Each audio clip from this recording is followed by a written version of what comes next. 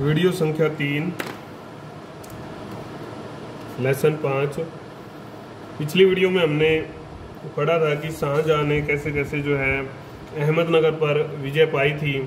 उसके बाद बीजापुर के साथ संघर्ष शुरू हो गया था और संघर्ष में फिर आखिर में एक संधि पर आकर बात हमने समाप्त की थी। उस संधि की शर्तें क्या थी, इस वीडियो में हम ये पढ़ने वाले हैं। संधि की शर्तों में मुख्य जो शर्त थी वो थी कि मुगल विरोधी जो सरदार हैं उसके राज्य में, तो उन सबको ऊंच पदों से हटा दिया जाएगा।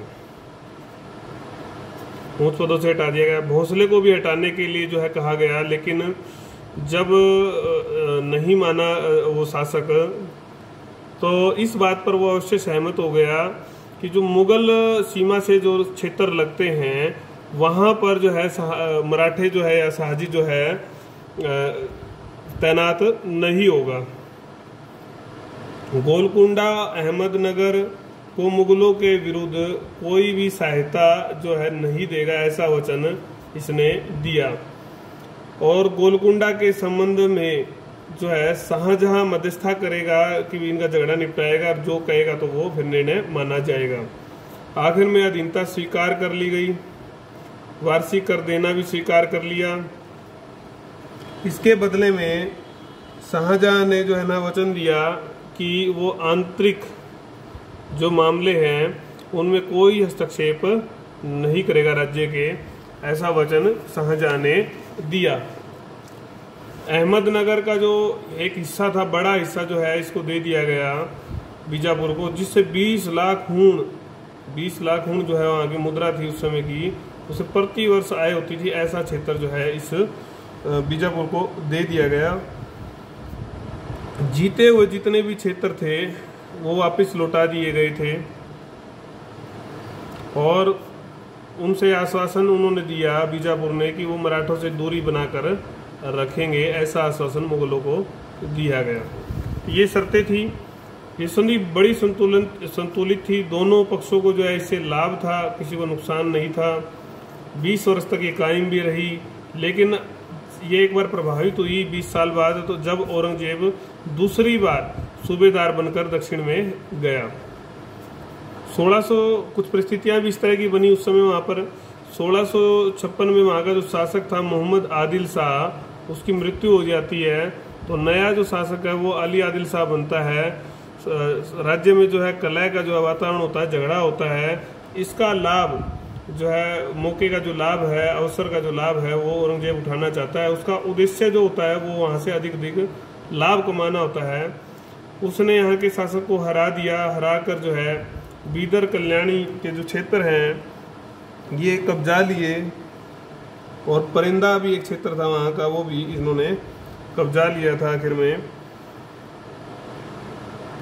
औरंगजेब की तो इच्छा थी कि जो है इस पूरे क्षेत्र को जो है पूरी तरह से सम्मिलित कर लिया जाए, लेकिन शाहजहां ने मनाही कर दी। और आखिर में इसी समय जो है शाहजहां बीमार पड़ गया और जो है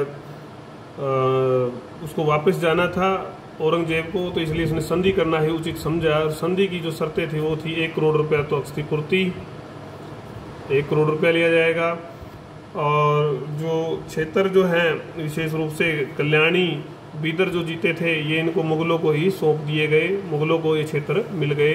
बाकी जो राज्य की स्थिति थी वो यथावत रही, मतलब उसका शासन नहीं छीना गया, क्योंकि उसको वापस उत्तर भारत में जाना पड़ गया था।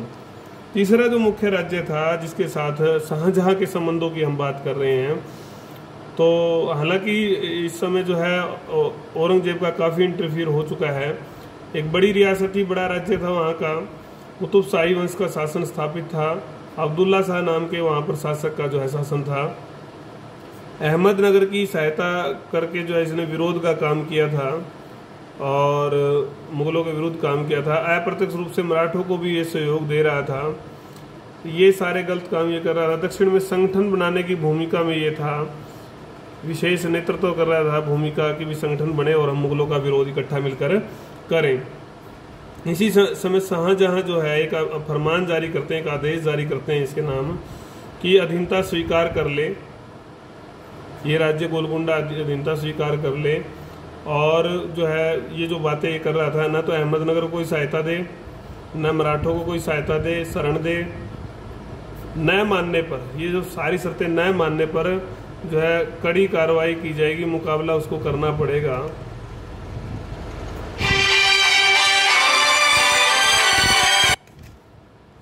कार्रवाई देख चुका था जो है ये राज्य है गोलकुंडा, जो है कार्रवाई देख चुका था कि मुगल कितने नृशंस अत्याचार करते हैं।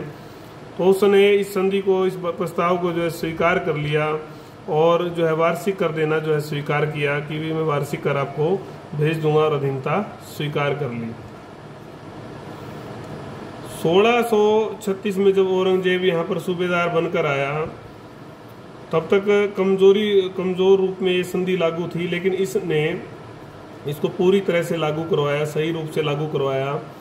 हालांकि इस बीच में वो कहीं और चला गया था सूबेदार बनकर, 1653 में फिर आया। तो उसने अब की बारी शामिल करने की जो है पूरी तरह सोच ली, प्लान बनाया कि इस राज्य को मैं पूरी तरह से अपने राज्य में ही शामिल क्यों न कर लूं। और उस समय कुछ परिस्थितियां भी ऐसी बनी कि वहाँ का जो शासक था और उसके मीर जुमला जो वहाँ उसके बीच में झगड़ा हो गया। तो उस झगड़े के कारण उसने जो है लाभ उठाना जो है वहाँ पर सोचा, और उसको ये बहाना मिल गया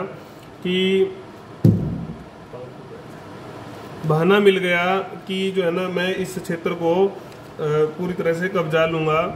तो लाभ ज्यादा जो है ना वो कमाना चाहता था, उसका मुख्य उद्देश्य तो यही था। इसके लिए उसने क्या किया, इसके लिए उसने जो है अत्यधिक लाभ कमाने की जो उसकी योजना थी, वहां पर धन कमाना चाहता था, वहां पर वो घेर लिया वहां के क्षेत्र को।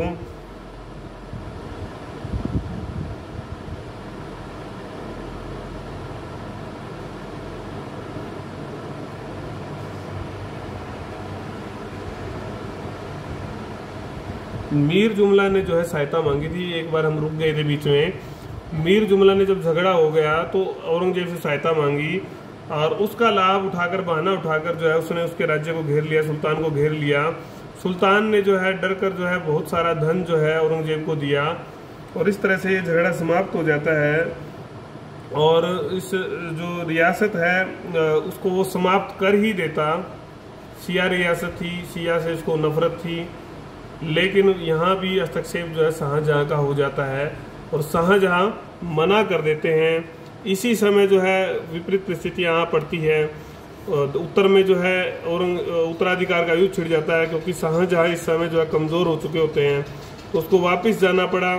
और इस समय जो है कुछ राहत जो है गोलकुंडा को मिली। तो कुल मिलाकर अगर हम नीति की बात करते हैं शाहजहाँ की, तो पहले चरण में उसको ज़्यादा कामयाबी मिली, धन भी मिला, साम्राज्य में शांति स्थापित हुई, और उसकी प्रतिष्ठा साम्राज्य की वो भी बढ़ी।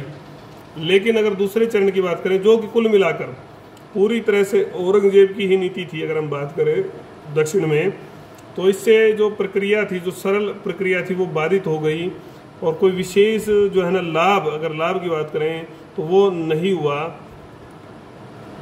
अब हम बात करने वाले हैं आज आपसे औरंगजेब की नीति कैसी थी इस संबंध में। हम कितनी बार पढ़ चुके हैं कि 25 वर्ष का जो इसका अंतिम समय वो वहीं बीता, 1682-83, वहीं कब्र बनी उसकी, अंतिम समय में लौट ही नहीं सका। 2 बार वो वहाँ पर सूबेदार बनकर भी गया था उससे पहले। तो कुछ बाकी था, कुछ अधूरी बात थी, कुछ वो पूरा करना चाहता था, क्योंकि उसके पिता ने, शाहजहाँ ने, उसकी कई योजनाओं को पूरा नहीं करने दिया था, हस्तक्षेप करते थे। तो इसके लिए उसने कार्य योजना बनाई, और उसके जो कारण थे इन योजना के पीछे या दक्षिण नीति के पीछे, वो भी उसी तरह से थे जैसे कि पहले कुछ शासकों के रहे। हमने पढ़े हैं कि संसाधनों का, धन का जो है वहाँ के प्रयोग करना चाह रहा था, काफ़ी शिया को परास्त करना चाहता था, उनको कोई जो है शासक का रूप ना मिले, विस्तार करना चाहता था, महत्वाकांक्षी शासक था। ठीक है, ये तो 3 वही चीज़ें हो गई। बाकी क्या थी, अधूरी ख्वाहिश थी, हमने भी पढ़ा कि उसको वो चाहता था कि इसको मैं किसी तरह से अभियान को पूरा करूं। कुछ बाकी था। मराठे जो है कर वसूलने लग गए थे, कई क्षेत्रों में उन्होंने जो है अधिकार पा लिया था, तो ये बड़ी मुसीबत जो है कल को बन सकते थे। इससे मुगलों का जो क्षेत्र है वो कम होता जा रहा था कर वाला, तो इसलिए उन्होंने यहाँ पर आक्रमण कर इनको समाप्त करने की योजना बनाई। 1636 व 56 में इन्होंने गोलकुंडा और जो अन्य रियासतों को जीत कर वहाँ से जो कर आता था वो आना बंद हो गया था। तो कर वसूलने के लिए जो है उनको जो है दबाना जरूरी था, उनके ऊपर विजय पाना दोबारा जरूरी हो गया था। इसका स्वयं का पुत्र जो अकबर था विद्रोही हो गया था, दक्षिण में जाकर उसने शरण ले ली थी और वो अन्य शासकों के साथ मिलकर गठबंधन बना रहा था, तो वो भी कल को इसके लिए खतरा बन सकता था। उस खतरे को समाप्त करने के लिए भी इसने वहां का अभियान लेना उचित समझा। इस अभियान में पहला जो राज्य था वो था बीजापुर। बीजापुर के बारे में हम लेसन 4 की वीडियो 4 में पढ़ चुके हैं। इसी तरह से गोलकुंडा के खिलाफ जो अभियान किया ये भी हम पढ़ चुके हैं उस वीडियो में। मराठों में शिवाजी के साथ कैसे संबंध रहे, पुरंदर की संधि हुई थी, जय सिंह आया था, अफजल खां को इसने कैसे जो है धूल चटाई थी, उसके सैनिक शिविर में ही चले गए थे संभाजी, फिर योग्य हुए। उसके बाद जो है विस्तार से आपको पढ़ना ही पड़ेगा, पढ़ना इसको अच्छे से। राजा राम की बात अगर हम करें तो राजा राम भी काफ़ी वीर व्यक्ति थे मराठों में। उसके बाद जब राजा राम की मृत्यु हो गई तो ताराबाई ने जो है कमान जो है संभाली। ताराबाई जो है राजा राम की पत्नी थी, उसने अपने 4 वर्षीय बेटे शिवाजी द्वितीय को जो है उत्तराधिकारी बनाकर जो है उसकी संरक्षिका जो है स्वयं बन गई। वीर साहसी सूझबूझ वाली महिला थी, उसने चुनौती देने का जो है फैसला लिया कि हम चुनौती देंगे और क्षेत्र जो है 1704 में कब्जा लिया सतारा का। तटीय क्षेत्रों में भी उन्होंने लूटमार की और उनके ऊपर जो है कब्जा किया। इस तरह से लड़ाई जो है चलती रही और ताराबाई ने हार नहीं मानी। ये बात हम कर रहे हैं, इसमें आप और विस्तार से आप पढ़ेंगे, ये आ सकता है विशेष रूप से। औरंगजेब की दक्षिण नीति कैसी थी, उसकी विशेषताएं क्या थी, सब कुछ आ सकता है। तो उसमें ये आपको लिखना पड़ेगा पूरा विस्तार से। बीजापुर का संघर्ष, गोलकुंडा से संघर्ष, मराठों से, ये 3 बड़े पेज इसके बनाने ही पड़ेंगे। एक में आप उसका इंट्रो और उपसंहार जो है कर सकते हैं, निष्कर्ष लिख सकते हैं। तो अब हम बात कर रहे हैं कुल मिलाकर जो ये संघर्ष इसका चला, लड़ाइयाँ जो चली मराठों से और अन्य से, तो लड़ाई तो लंबी लड़ाई चल रही थी, असफलताएं ज़्यादा मिल रही थी। 1707 में औरंगाबाद में आखिर में औरंगजेब की मृत्यु हो जाती है। सब कुछ करने के बाद भी वो मुगल साम्राज्य की प्रतिष्ठा को नहीं बचा पाया। लेनपुन तो कहता है कि उसका जो मराठों के साथ लड़ना जो था वो व्यर्थ था। ये ऐसा ही था कुछ कि हवा से लड़ना या पानी पर तलवार चलाना, जैसे ही मतलब वो आते तो बिखर जाते, दबाव आता तो झुक जाते और फिर इकट्ठे होकर मुगलों के साथ जो है मुकाबला करते। ऐसे जो है ना ये मराठे थे। लेनपुल ने ये मराठों की विशेषता कही है। अगर हम औरंगजेब की बात करें इस सारी नीति के बारे में, तो औरंगजेब ने क्या स्वीकार किया स्वयं, इतना लंबा और कीमती समय मैंने कैसे व्यर्थ कर दिया, जीवन मेरा व्यर्थ चला गया, मैं क्या करता रहा, मैं नहीं जानता कि जीवन भर मैं क्या करता रहा। मैं ये भी नहीं जानता हूँ कि इसके लिए अल्लाह ताला मुझे क्या जो है दंड देंगे, क्या दंड मुझे मिलेगा। तो दुख था कुल मिलाकर उसको सारे अपने जीवन पर, उसके कृत्यों पर। ये हमने पढ़ा। अब हम अगले लेसन में, अगली वीडियो में जो है औरंगजेब की जो दक्षिण नीति थी उसके परिणाम पढ़ेंगे। तो उसके लिए हम अगली वीडियो देखेंगे, वीडियो 4 होगी जो कि